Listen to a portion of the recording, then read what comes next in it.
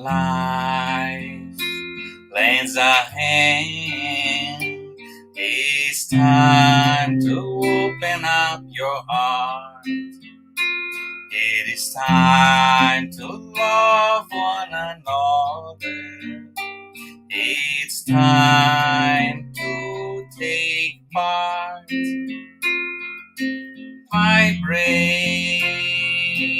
always, loving and serving everyone. Vibrate always, loving and serving everyone. When we give our heart in charity, our lives are transforming into songs. Our dreams become reality. And we join Jesus for eternity. Vibrate always, loving and serving everyone. Vibrate always, loving and serving everyone. When you give our heart in charity, our lives are transforming into songs. Our dreams become reality. And we join Jesus for eternity.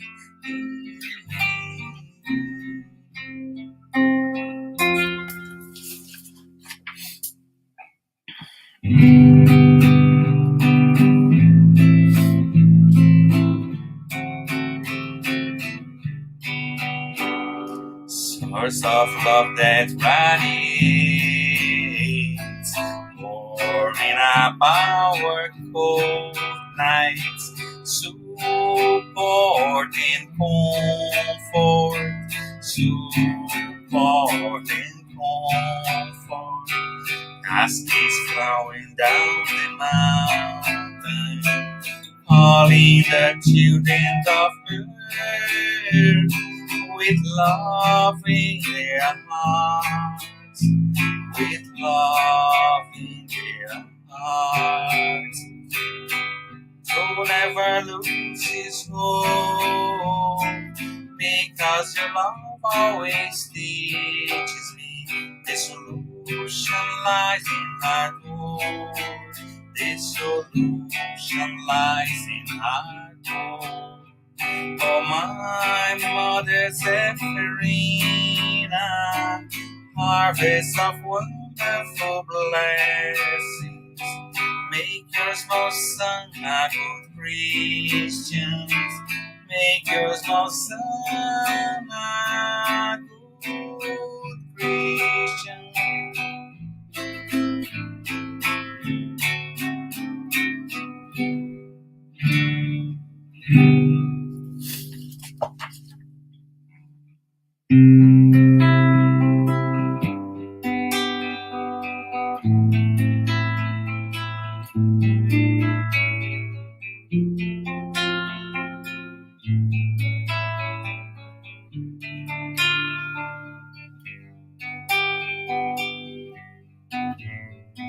Oh, Jesus,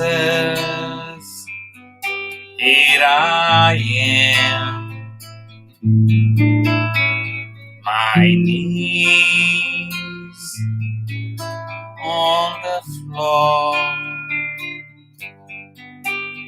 to say thank you, my Lord, for the lights that come through this door.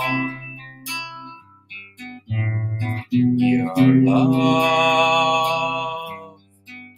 is the key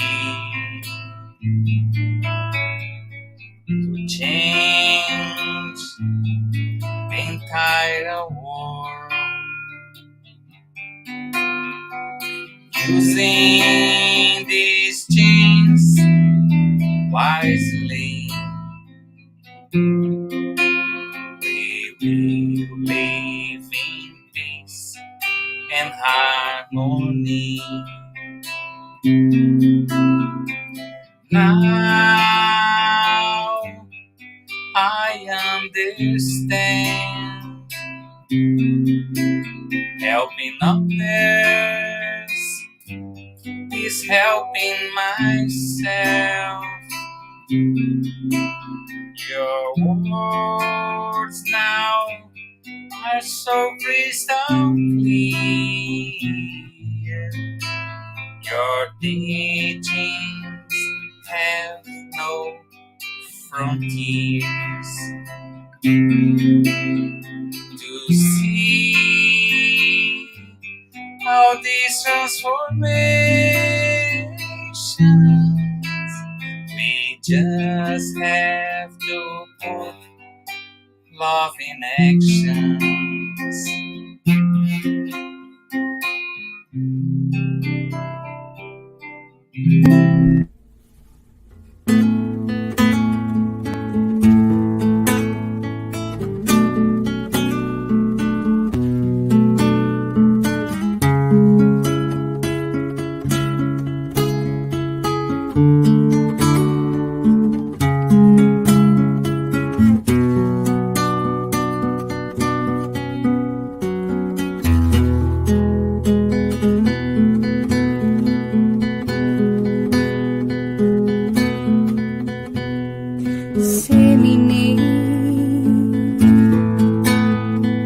Wherever you are, glowing seeds of love,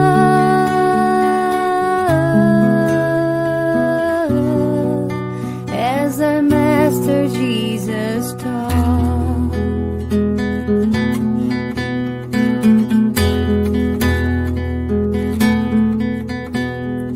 You will see that behind every sight there's a flame shining bright,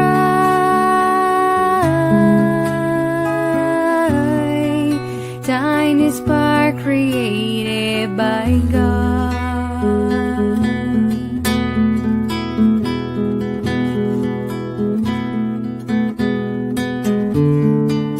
I will follow your path, Father,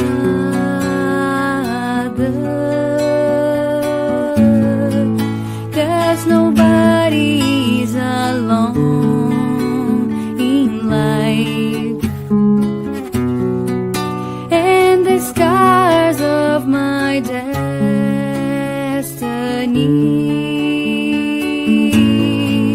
will be healed by your love.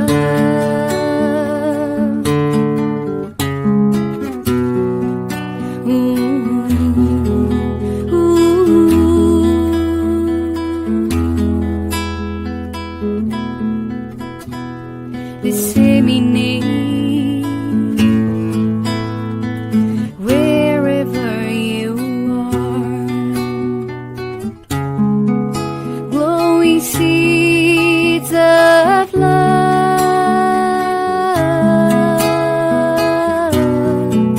as our Master Jesus taught.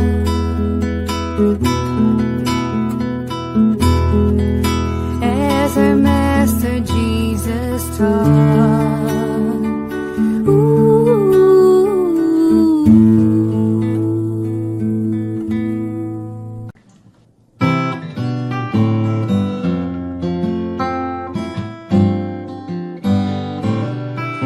Another day, another flower, another minute past the hour. Someday the sky is blue, and suddenly we can't see through. And every day is a fresh new start, when the sun turns off the moonlight. We get another chance to choose river's end. On the other side of the mountain, there's always a whole new road. A new beginning calling after every end. There are a million reasons to pick you up after every fall. It's always a win in the new round.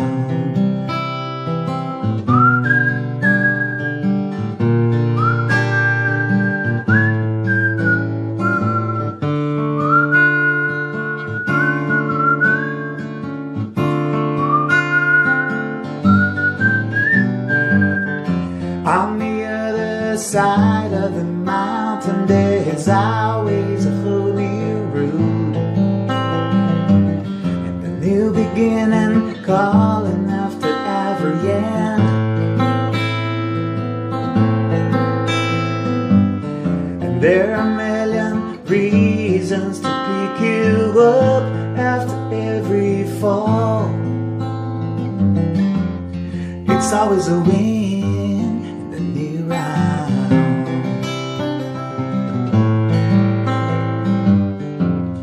It's always a win in the new round.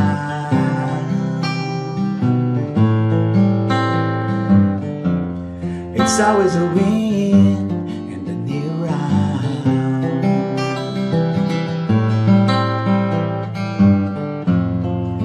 It's always a win in the new round.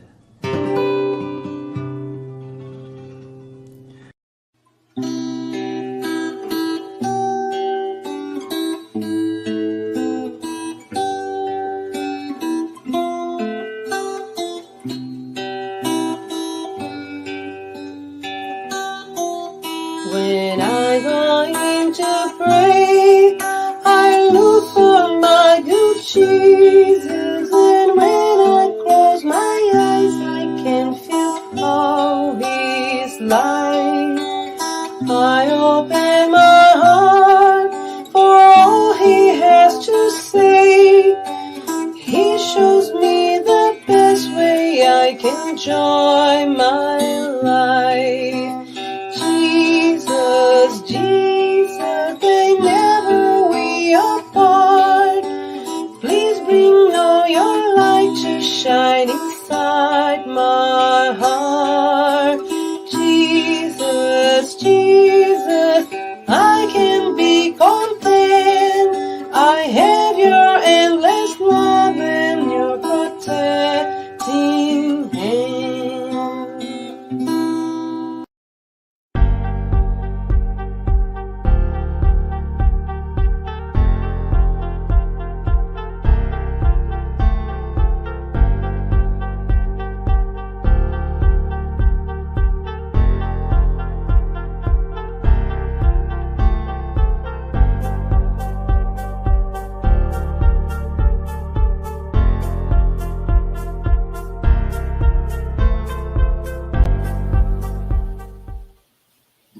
Good evening, everyone. Welcome to our public meeting. We thank everyone for joining us tonight. Before we start, we would like to share a couple of announcements. We ask you to turn your phone notifications and find a quiet place during this time if possible. Our meetings will have a 30-minute presentation followed by a Q&A. Following the presentation, we will also have a spiritual treatment with passes and magnetized water. So we invite you to set aside a container with water to be magnetized. And now we have a special invitation for those who want to learn more about Spiritism. Get to Know Spiritism is an online and free course that happens every Saturday at 5:15 p.m. East. Next class will be on this Saturday, May 28th, and the theme of this meeting will be vices. This is such an important topic, and if you are interested in joining us, please register yourself with the link that will be posted in the chat soon. We also would like to invite everyone to follow us on Instagram, Facebook, and YouTube from the Spiritism Canada and Spiritist group Paths of Light. And now we will get started with an opening prayer, and I will invite everyone to join me. Let's close our eyes and mentalize our Master Jesus and the friendly spirits that are here with us tonight. Thank you, Jesus, for the opportunity of being here tonight to learn more about your gospel, your teachings of love and kindness. We would like to ask for your protection to all the work that will be done tonight. And we trust that you will be with us today and always. So be it. So, the topic of today's meeting is Whoever exalts themselves shall be humbled. From chapter 7, Blessed are the poor in spirit. Sorry. Items 3 to 10, and it will be facilitated by our brother Lucas from London, Ontario. We also would like to announce that our public meeting is being retransmitted today by Continental Concafras Americas through their Facebook, and it will also be retransmitted every Wednesday at 8 p.m. by Kardec Radio through their Facebook. Everyone is welcome to write comments and questions in the chat, and we will be addressing the questions at the end of the talk. And now, I would like to invite our tonight's speaker. Welcome, Lucas. Hi, Larissa. Thank you so much for having me. Hi, Lucas. It's a pleasure to have you here tonight, and I'm sure you have so many great things to share with us about this lesson, so important. Yeah, thank you so much. It's always good to be here talking to you guys. Thank you so much. Thank you, Publio and Rodrigo, for inviting me. It's so good to be back. Okay, over to you then. Thank you. Yeah.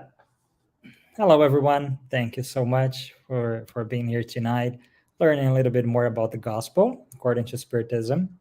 So our talk tonight is about the 7th chapter, items 3 to 10. So whoever exalts themselves shall be humbled, and also mysteries hidden from the learned and wise.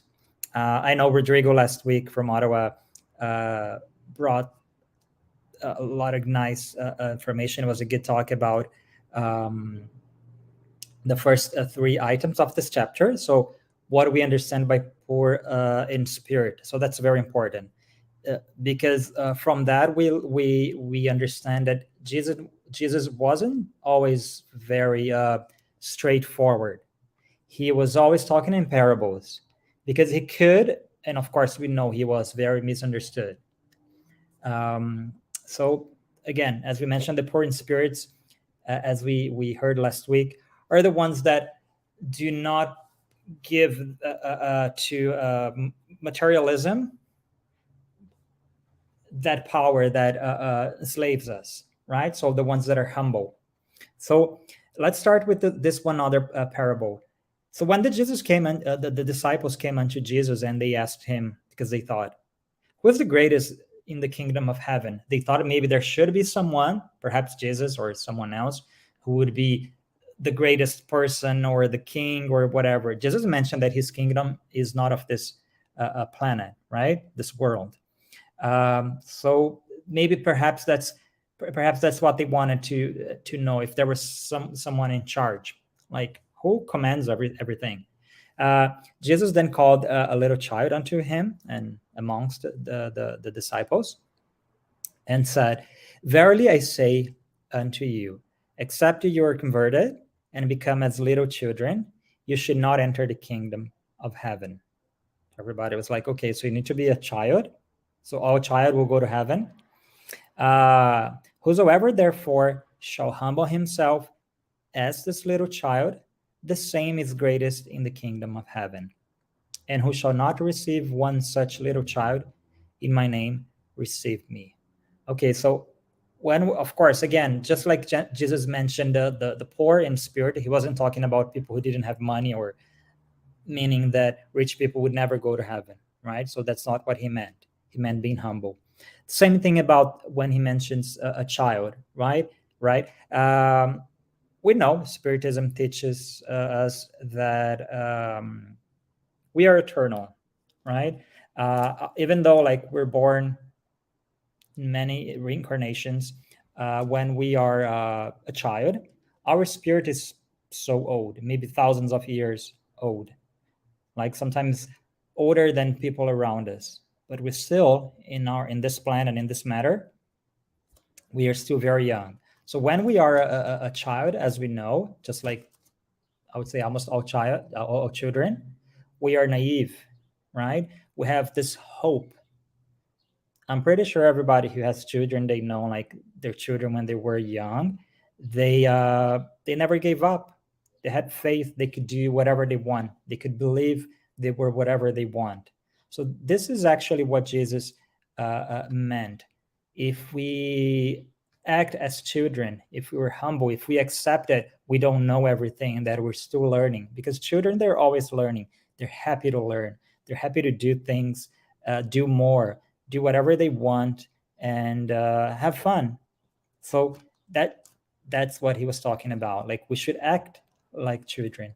We should be humble like children, not necessarily, I mean, act in childish ways, of course, but have those feelings that children have of hope, of humility, of happiness. Okay, now on to the next next slide. So then the mother of the sons of Zebedee approached him with two of her sons and kneeled before him. So she wanted to ask him something, and he said, "What do you want?" And then she said to him, "Command that my two sons here may have a seat in your kingdom, one on your right and the other one on your left." So she was demanding, like, okay, I'm this person, I'm important, so my son goes to your left, the other one goes to your right, so they have the place there. Jesus then answered her, "You don't know what you're asking. Can you drink from the cup that I will drink?" Jesus said to him. Jesus asked her, and then they said, "Yes, we can." And then Jesus knew, like, yes, it is true that you will drink from the cup that I will drink. But as for being seated on my right or my left, it is not for me to grant. But it will be for those for whom it has been prepared by my Father. So he was saying that it wasn't up to him to select who is going to the kingdom of heaven, be close to him. No, it's because he was very humble, and he was here, we will see, to serve. He wasn't here to tell people what to do. He was here to guide us. So he meant that if we want to be in his kingdom, we gotta act. We gotta do what we have to, and Jesus would and God will decide, right? It's not a matter of just demanding or just doing things on this planet, right? This very own chapter says, whoever exalts himself shall be humbled, and the opposite, right? So vice versa. They wanted to be more than they really were, just because they had some power. And we know a lot of people that because they have some money, because they have some power, or because they do good things, or at least we think they do, or they show that they do, their place in heaven is guaranteed. That's not true, because that's not how it works. Jesus, he's always teaching us. He was always teaching everyone, and he's still teaching us after so many thousands of years that we got to deserve it, right? Next slide, please. So then the other disciples were filled with indignation against the two brothers because they were demanding, right? Oh, I want to be on your side, and what about them? Jesus said to them, "You know that the princes of the nations rule over them, and that they might treat them with authority. It shall not be the same among you. But let him who wants to become the greatest be your servant. And let him who wants to be the first among you be your slave. Just as the Son of Man has not come to be served, but to serve, and to give his life for the redemption of many. So as I was saying, Jesus wasn't here to be served. He was the prince. He was the king amongst every kingdom, right, on earth. He was so powerful. He could do whatever he wanted. But again, he was here to serve and not to be served. He was teaching us this lesson of humility that it is so hard for us to learn because we are so proud. We want to be more than what we are. We want to be praised for things. Sometimes we're not, but it feels good, right, to be praised, and so everyone likes us. We feel important. But this is just here on this planet. As we discarnate, things are different. If I'm not wrong, it's on chapter 2 of the Gospel according to Spiritism. There's a message from a queen of France. So she was a queen. She was important. She had everything she wanted. But when she discarnated, she was just another spirit. She was no one. She put herself before everyone on earth. But when she wasn't here anymore, she had to learn that she was the last one. There are so many people that she saw as servants, as unimportant, that on the other plane, it's not that they were more important than her, but they showed their true value, their true colors. They deserved to be where they were.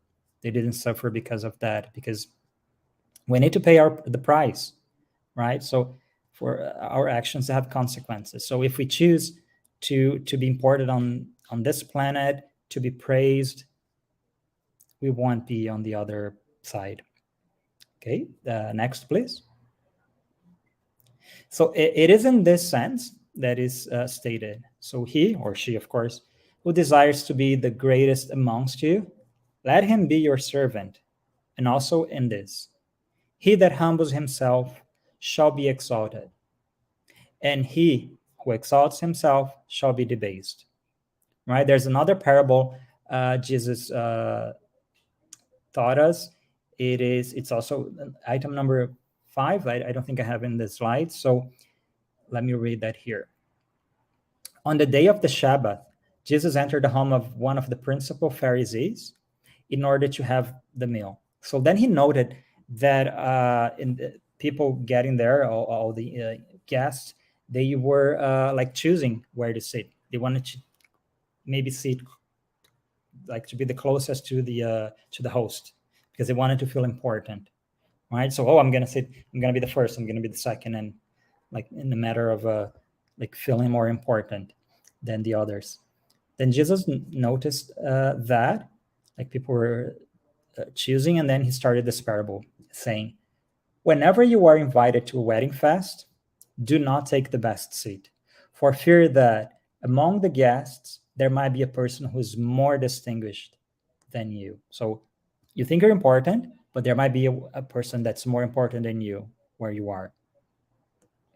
And so that the one who has invited you would not have to say to you, give your seat to this one, and you would not be reduced to taking the lowest seat in shame. So that he was trying to explain to them at that time, and maybe we can also think about it. Sometimes we want to feel important, we want to choose the best seat, right, in our lives, but we don't need to. Like if we sit the lowest, and I'm going to continue here the story, that might be more beneficial to us, because he said, whenever you are invited, go and sit in the lowest seat, so that when the one has invited you comes, he will say to you, my friend, move up higher. And then this will be a reason for honor before those who are at the table with you. For whoever exalts himself shall be humbled, and whoever humbles himself shall be exalted. Right? So we could give so many examples. This is a clear one. Of course, you're in a table and you think it's not that you don't think you're important, but you don't think you're more important than anyone else. But maybe you are very well wanted by the host to be close to him or her, so they will honor you, moving you upward, right? Instead of moving you downwards. So these maxims, they are the consequence of the principle of humility. Next slide, please. Yeah, so again, Jesus was a king like no other, the most evolved spirit to step on earth, the savior promised by God, and he did not exalt himself. He wasn't always saying, "Oh, I'm son of man. I'm God's chosen. I'm Christ," right? He was here to serve us. He was humble despite all his power and glory. So, what he wanted is to set an example to everyone. That's what he did. And this example is so strong until now, and it will be forever. Okay. So, he said, one of the fundamental things in his teaching is let the one who wants to become the greatest be your servant. And also, whoever humbles himself will be exalted, and whoever exalts himself will be humbled. Um, I'm pretty sure all of us have examples from our very own lives that sometimes we think we're more important than we are, and then we realize we might not even be needed at that time and that instance, and we feel like we are humiliated. We're not. It's just that we feel, because we are so proud. We need to be praised. However, sometimes you're not even expecting, right? You're not expecting to be praised. You're not expected to be exalted, and you don't even want to, but you are, because of what you're doing, because you deserve it. So that is what Jesus was trying to tell us. You might be, if you're doing something good, God is watching. People will know, someone will know, and you'll be praised for that. You don't need to sit by the door closest to the host and the party to be praised. Okay. And Spiritism is teaching us that, like, we will see it on the next slide, right? Again, this is the principle of humility, and the gospel is always, gospel according to Spiritism, it's always mentioning that. Jesus incessantly presents as the essential condition for the happiness promised to the Lord's elect. So, blessed are the poor in spirit, for theirs is the kingdom of heaven.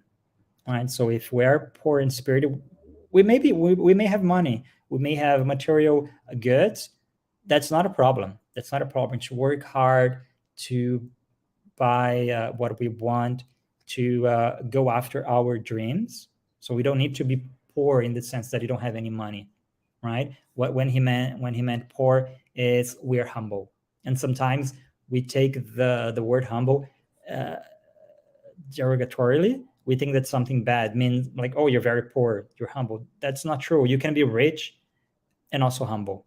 I mean, you can have money, goods, and still be humble.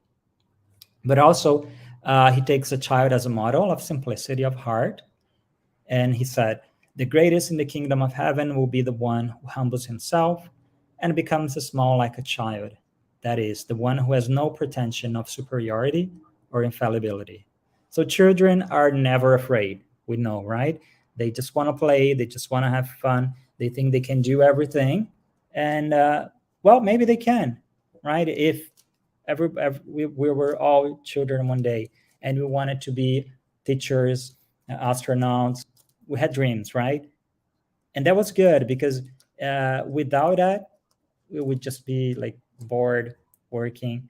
And children, they bring this happiness. So it is that feeling, that not being better than anyone, not being unfailable, that we need. Okay. Next, please.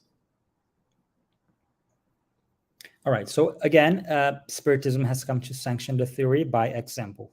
Jesus' example, the best one for sure. And so those who are great in the spirit world are those who are small while on earth. And frequently the opposite happens. So as I mentioned earlier, there's the case of the queen. And I think there are so many others. If you are willing to read the Spiritist literature, there's so many examples of people who discarnated. They thought they were very important and powerful on earth. When they discarnated, they weren't.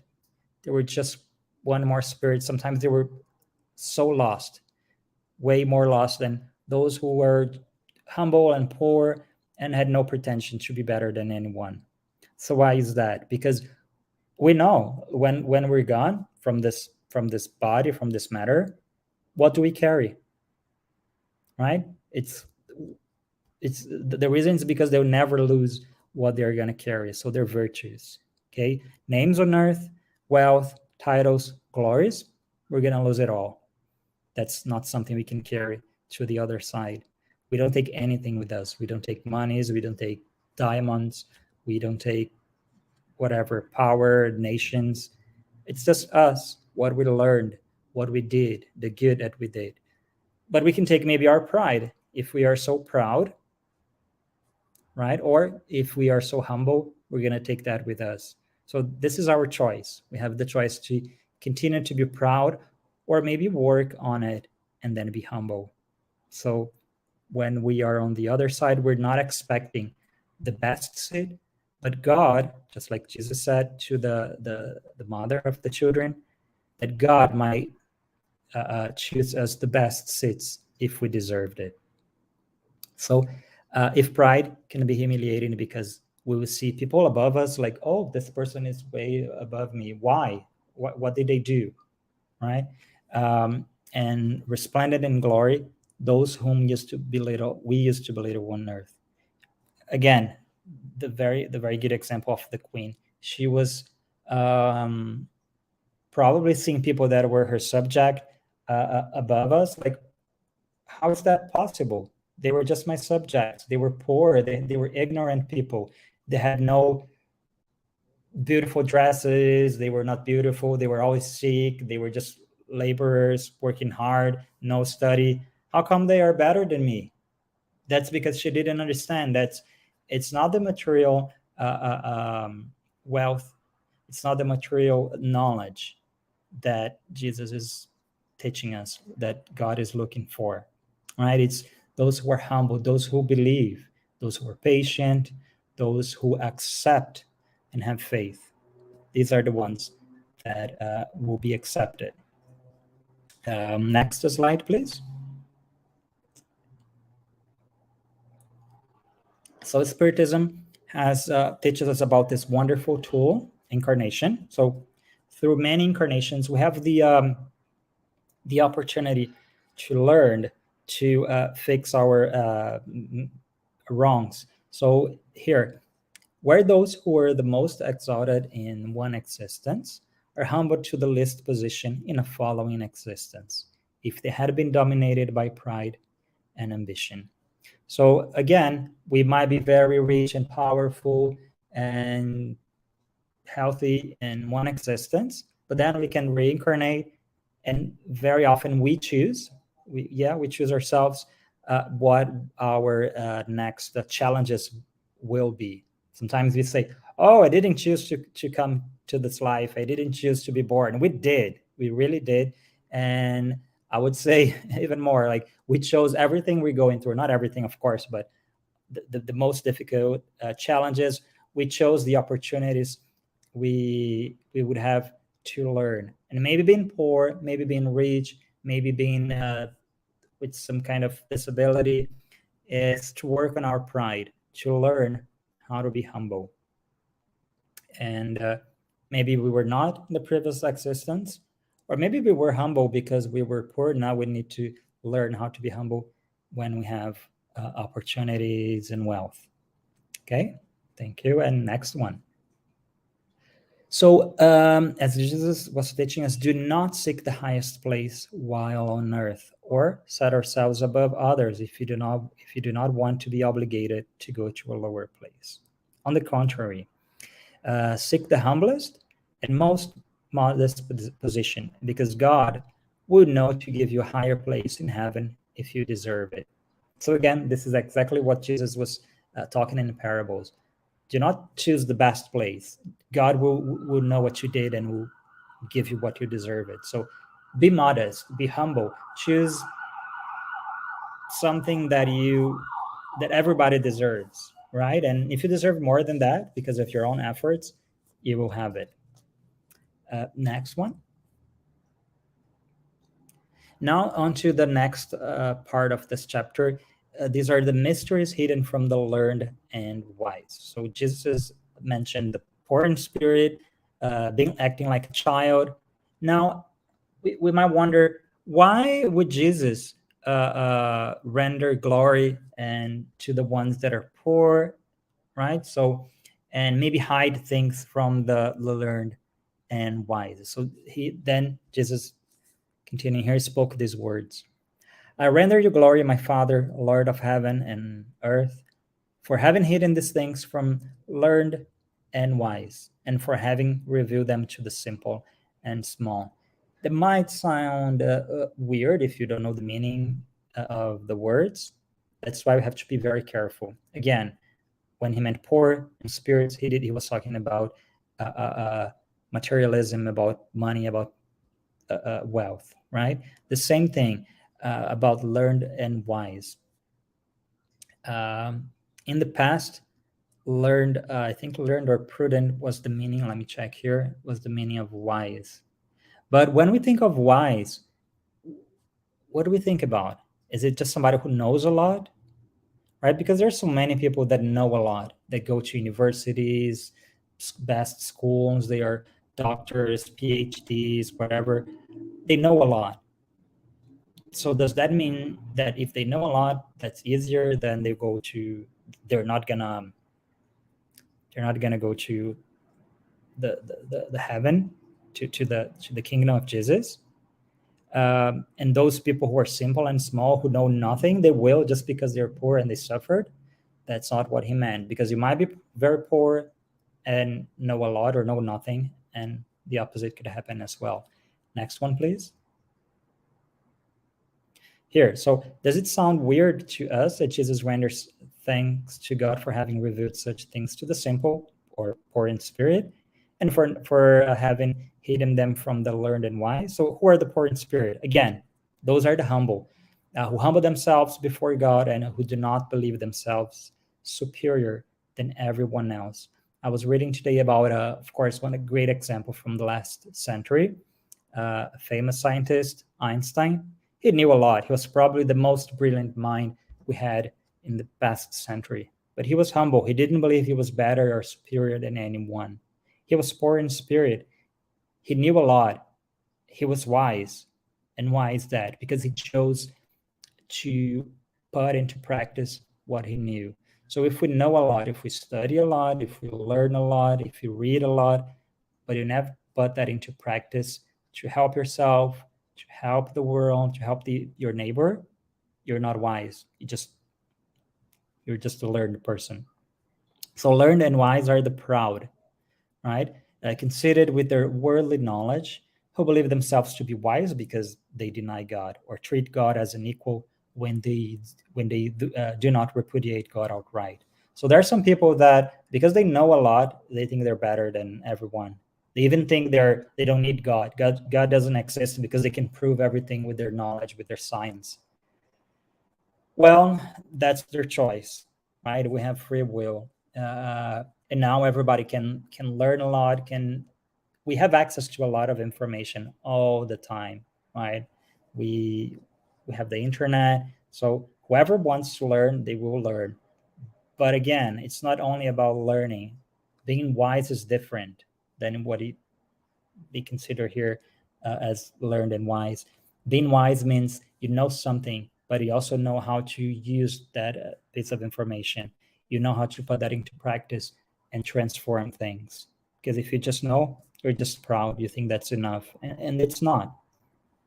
So these kind of people, they search the secrets of earth, whereas God reveals the secrets to heaven, to the simplest and to the humble who bow down before him. So the simplest people who accept God, who accept that maybe they know a lot, but they know enough that they agree that they have to learn even more.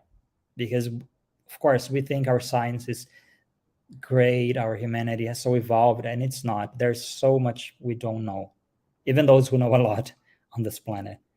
Next one, please.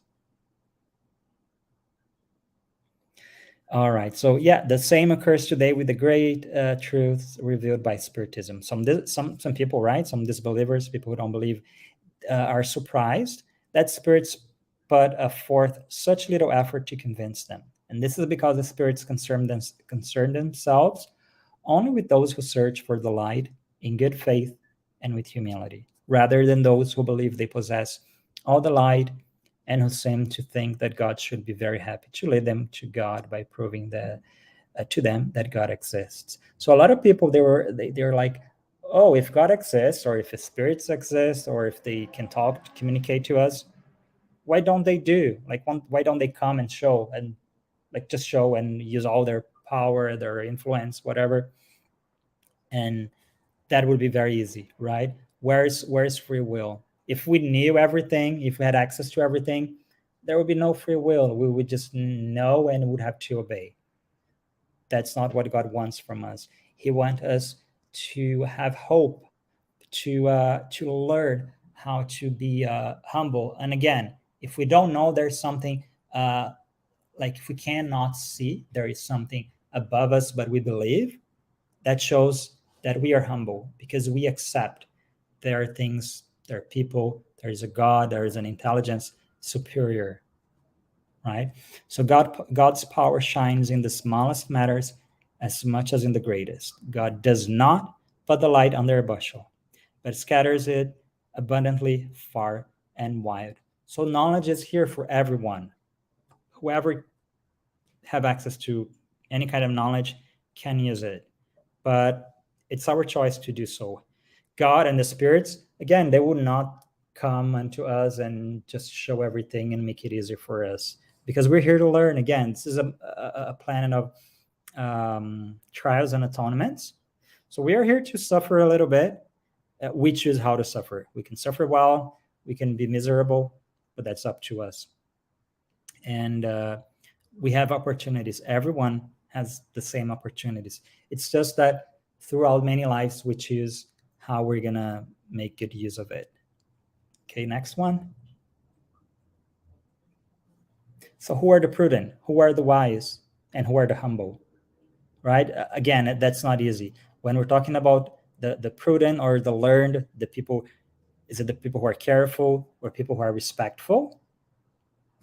Maybe. Or are those learned just the people who know a lot, who have the world knowledge, who went to the best universities and schools, who just have academic titles? Is it about titles? Because if we're talking about titles, we remember when Jesus saying his kingdom is not of this world.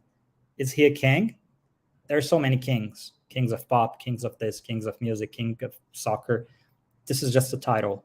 And being learned, being wise could be just a title. But we know there's so many wise people that we see every day that didn't even go to school, but they know a lot, because whatever they see, whatever they feel in their heart, they put into use.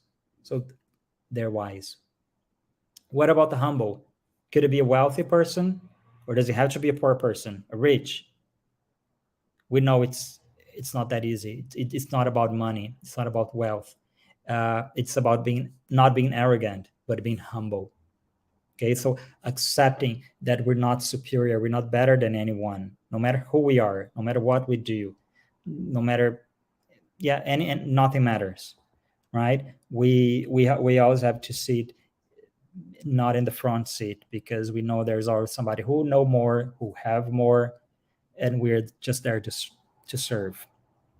Okay, next one. Again, these are great examples. So the great in the spiritual world, they were small on earth. So who was Jesus? Was he rich, powerful? We know he was not. He was just a simple person from Nazareth. He was poor, very poor. Like he didn't have, he didn't need to have any power or any money to exert influence, and he left us so much. We can use Gandhi as an example. Bezerra de Menezes, Mother Teresa, Chico Xavier, were they in a luxurious style life? Did they have any money? A lot of power? No, they didn't. They were small on earth. They made sure they had just what they needed to survive, but still they all taught us so much. They all left so much knowledge, so much. They showed so much compassion on earth, here on earth. And of course, we know that now in the spiritual world, they are so much greater, right? They do so much more. They're always here for us. These are great examples. Of course, the most common, the famous ones, but there's so many people that we don't know what they do because they don't want to show off, right? They don't want to be praising themselves for what they do, for helping others, and that's what we should do. So we all have examples close to us, but if we don't, these are great ones. Next one, please. And here, yeah, this is a great passage from the money, the book The Money, or O Dinheiro, from Chico Xavier and Emmanuel. So he says, blessed will always be the poverty that knows how to enrich itself with light for immortality, because the idle rich of the earth is the destitute of the higher life, and the enlightened poor of the world is the ennobled spirit of the higher spheres, who will be taken advantage of in the extension of God's work. Isn't that beautiful? I love this quote here. So again, we don't need poverty. Of course, that does help. That's probably a great tool, but we don't need to be poor. We can still fight for our dreams. We can still work hard and get what we want. And if you deserve it, you will get it. But we need to be humble that if we don't get what we want, we need to accept it. That's not what is going to make us better or worse, right? And again, the same thing. If we have what we want, if we have everything we want, that does not makes us better than anyone else. And you're not going to be happier because of that, right? It's not because of what you have. But again, it's about what you do, what you feel. Thank you. Next one. Yeah, that's it. So I hope you got the message. Again, God would not make us open our eyes forcefully, right? It's just, and He's not gonna make us keep them shut. We have the light every day. We have a new sun coming every day, so we have opportunities. We have reincarnation, and that's the best tool, the best gift God left us to learn. So if we're not humble right now, we'll have to be one day if we want to perhaps just see the kingdom of God, and hopefully one day enters it.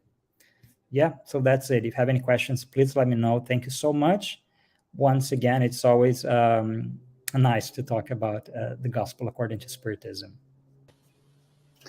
Wow, thank you, Lucas, for the presentation and the reflections on this lesson. And we have a couple of questions. But before that, I just want to mention like how cool is this, right? That God let us go through all these challenges and all these incarnations, to really feel all these virtues, like kind of build all these virtues in ourselves. So like you said, if it's like by His power, He could just, like change everything, make us see everything, right? But it's really like a thing that we need to do by ourselves, so we can like in the end arrive like at least near to like so many evolved spirits that we know have come here to the earth to teach us that, right? Correct. Yeah. Okay, let's see here. So Publio asks, so it's not a demerit to be a servant. It shows that we are better. We are in a better spiritual condition. Is that right? Oh, yes, absolutely. I'll give an example that you're very familiar with. You're here almost every week, right? And Publius too, and Marcelli. And sometimes you're in the backstage, right? And one might think, oh, I'm just backstage. that's not nice. I'm not getting what I deserve. But if you're not on backstage, if you're not working hard, things wouldn't happen, right? Because we need everyone to do their part. There are people who like to speak. There are people who like to chat and write, people who like to take care of the lighting and everything. That's important. A movie wouldn't happen if it was just actors, right? We need a cameraman Yeah. in there to tell the story. So everyone is important. Everything we all do is important. We don't need to feel superior because we are in front of the cameras. Because if there's nobody behind it, we wouldn't be seen. Hmm. So again, being a servant, helping people, being a ladder to everyone, to anyone actually, it's extremely important, right? It's part of the process. And maybe one day we are in front of the cameras, the other day we're in the back. Sometimes we're talking, sometimes we're singing, acting. But again, we're all important. We're all learning. No matter what to do, don't feel like you deserve more than anyone else. We need to serve because serving others means we're serving God. Hmm. Yeah, definitely. And I feel that we really need to do with intention. So that's where sometimes we can be caught on those thoughts, right? Like, oh, maybe I'm not doing like an important job. But then, Mhm. like, when you realize, like you were saying, even those small tasks, they need to be done, right, for someone. And if you are doing those small steps intentionally and really putting yourself into it, that like there is a teaching from Jesus that says, right, like whatever you do, you always need to do with intention, because then like more things and greater things will be added, right? Yeah. One thing that I like to tell everyone about is about our like waste garbage management people, the garbage collectors. Mm-hmm, A lot of people see them as not important. Oh, they didn't go to school, that's why they're garbage collectors. But what would be of our cities without waste management, without people mm-hmm, collecting garbage? How smelly would it be? How terrible, dirty would it be, right? So mm-hmm, they are very important. We think maybe we can live without them. We need more judges, more policemen, more politicians because they're important, but we can live without them. But we mm-hmm, cannot live without the garbage collector people, right? mm-hmm. We think No, I agree. we diminish them, but they are extremely maybe more important than we know. So Mm-hmm, everyone has their importance. Every occupation, everything, every animal, even an ant, a bee is so important to nature. Sometimes we don't give them the value they deserve. everything that God's created like has a Correct. Yeah. purpose, right? We know that. Yes. Okay, there is another one. Oh, here it is. How can Spiritism help us to become more humble? Well, it can only help. It cannot make us more humble.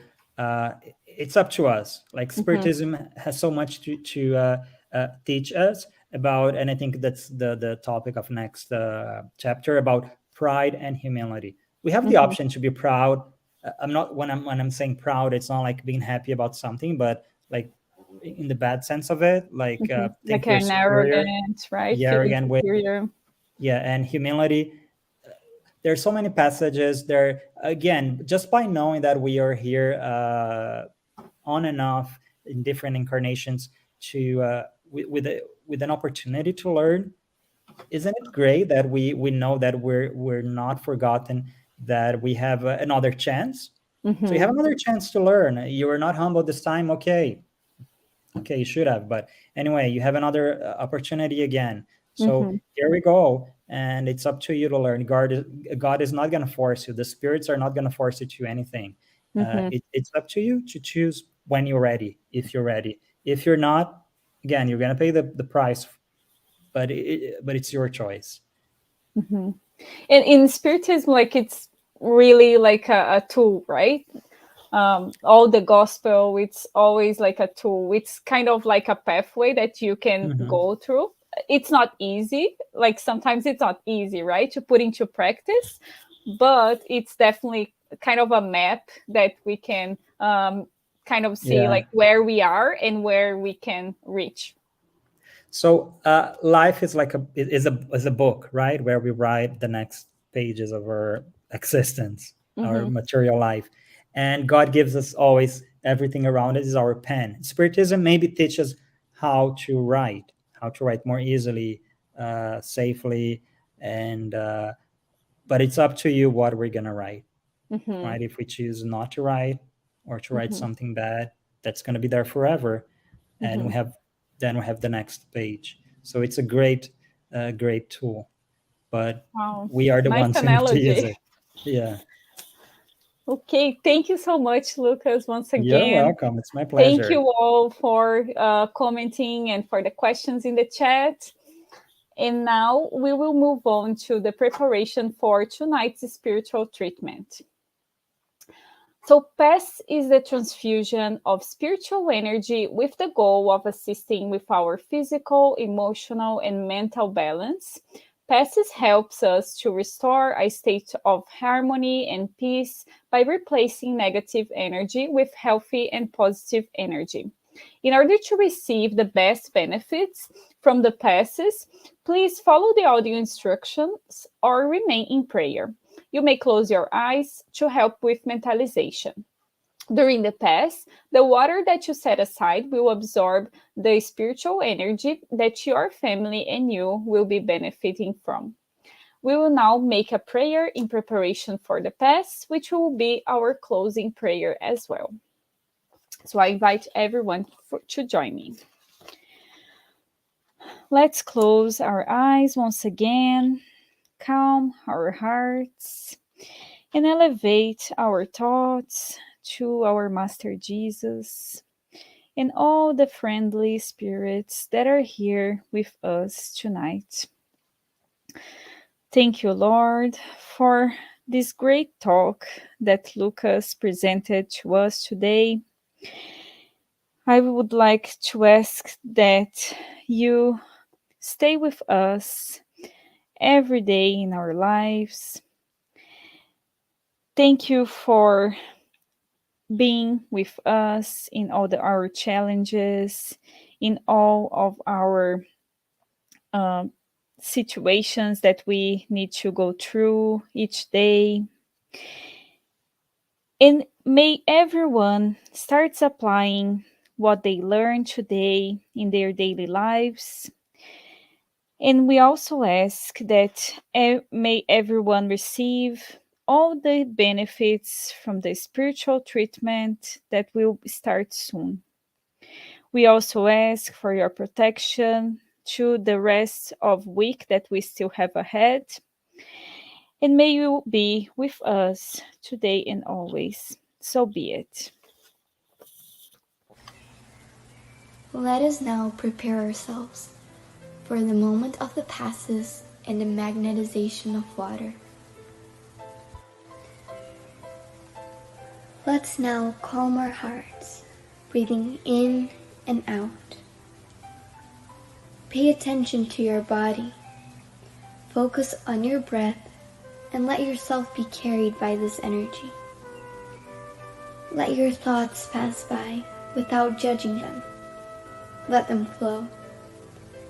Allow this light to be the beacon that guides you, and allow these words to penetrate your energy. Make each word an anchor of gratitude, faith, and trust. With the purpose of healing, which takes away my faith, healing every feeling of separation, of pain, let it all dissolve in this moment, leaving only love, gratitude, and trust. We ask God for the presence of our guardian angel and the friendly spirits who welcome us into this enlightened environment of our Spiritist Center. We open our plexus of love and forgiveness by mentalizing a light surrounding our hearts. Find a quiet and comfortable place to begin the mentalization process. Remove all worries from your thoughts. We ask that during the pass you breathe slowly and deeply. Let your body relax and surrender yourself to a deep meditation. Calmly imagine divine energies in soft and colorful light surrounding you in an environment of peace and spiritual warmth. Entrusting God with your most intimate desires, raise your thoughts to Jesus and the emissaries of the spiritual environment. The path begins with the cleansing of your soul. Imagine a waterfall of crystal clear water pouring over us, removing all the feelings that keep you away from faith and trust. Feel the energy of this water bathing you and deeply breathe in, feeling peace and harmony. Allow this water to wash away all the impurities and spiritual larvae, washing away all the sorrows and resentments, any feelings of hatred and revenge that hold us back and cause us harm, not only from this life, but past ones as well. Now visualize spiritual doctors around you, applying magnetic cleansing passes, sanitizing your spiritual body of all sadness and negative energy. Mentalize these negative thoughts and feelings being washed away, evaporating from your soul, like water evaporating into thin air, and being carried far away from your mind. Surround yourself with the faith that bathes your being, bringing clarity and lucidity, rebalancing every cell in your body. May the water envelop all pain and bring the clarity of opportunity that chooses peace.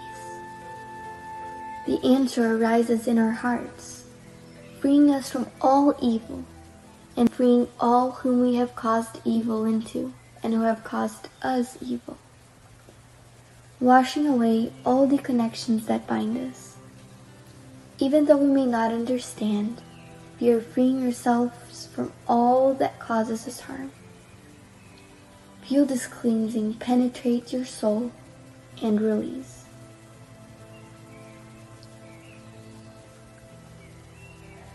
Now that we are spiritually cleansed, imagine yourself surrounded by the light of love from the hands of Jesus.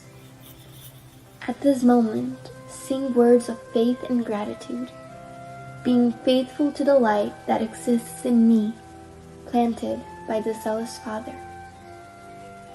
Imagine the sunlight that surrounds and enraptures, freeing us from the chains of everything that holds us down, strengthening your faith.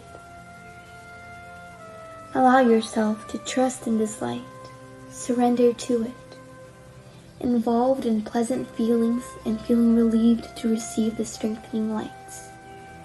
Mentalize your spiritual mentors now applying divine light for the strengthening of your mind and your emotions, leaving you feeling emotionally revitalized. Let us now mentalize the magnetization of this water.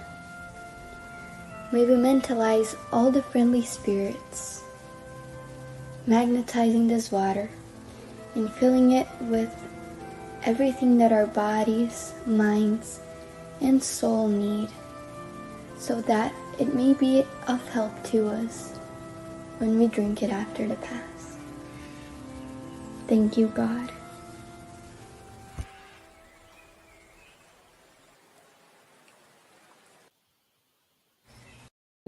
I would like to thank everyone for joining us tonight. We will be back next Tuesday here on Spiritism Canada and Continental Concafros Americas at 8:30 p.m. East, and next Wednesday on Kardec Radio at 8 p.m. East. Have a good night.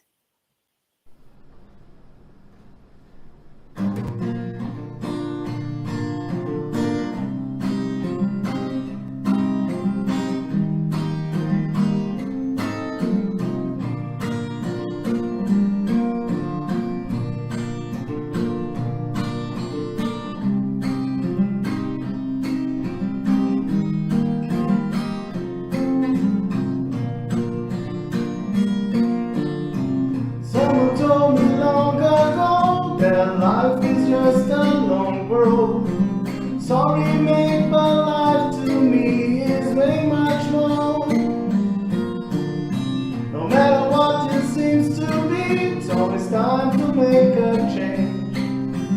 Sometimes all we need is only one more chance. So try, build that bridge over troubled waters, fly. If that's all that you have left to do, I want more. I want more happy sunny days. I want more happy smiles on your face. Love sparkling the eyes. Tears no more, no more sorrows, no more bad days. No more cries, no more dark cold place. No more fear, no more fight. Someone told me long ago that life is just a long road. Sorry, babe, but life to me is way much more. No matter what it seems to be, it's always time to make a change. Sometimes all we need is only one more chance. So try, build a bridge over troubled water, fly. If that's all that you have left to do, I want more. I want more happy sunny days. I want more happy smiles on your face. Love sparkling the eyes. Tears no more, no more sorrow, no more bad days. No more cries, no more dark cold place. No more fear, no more fight. I want more happy sunny days. I want more happy smiles on your face. Love sparkling the eyes. Tears no more sorrow, no more bad days. No more cries, no more dark cold place. No more fear, no more fight. Let the sun walk on the way, shine, shine. Let the sun walk down the way, shine, shine, shine.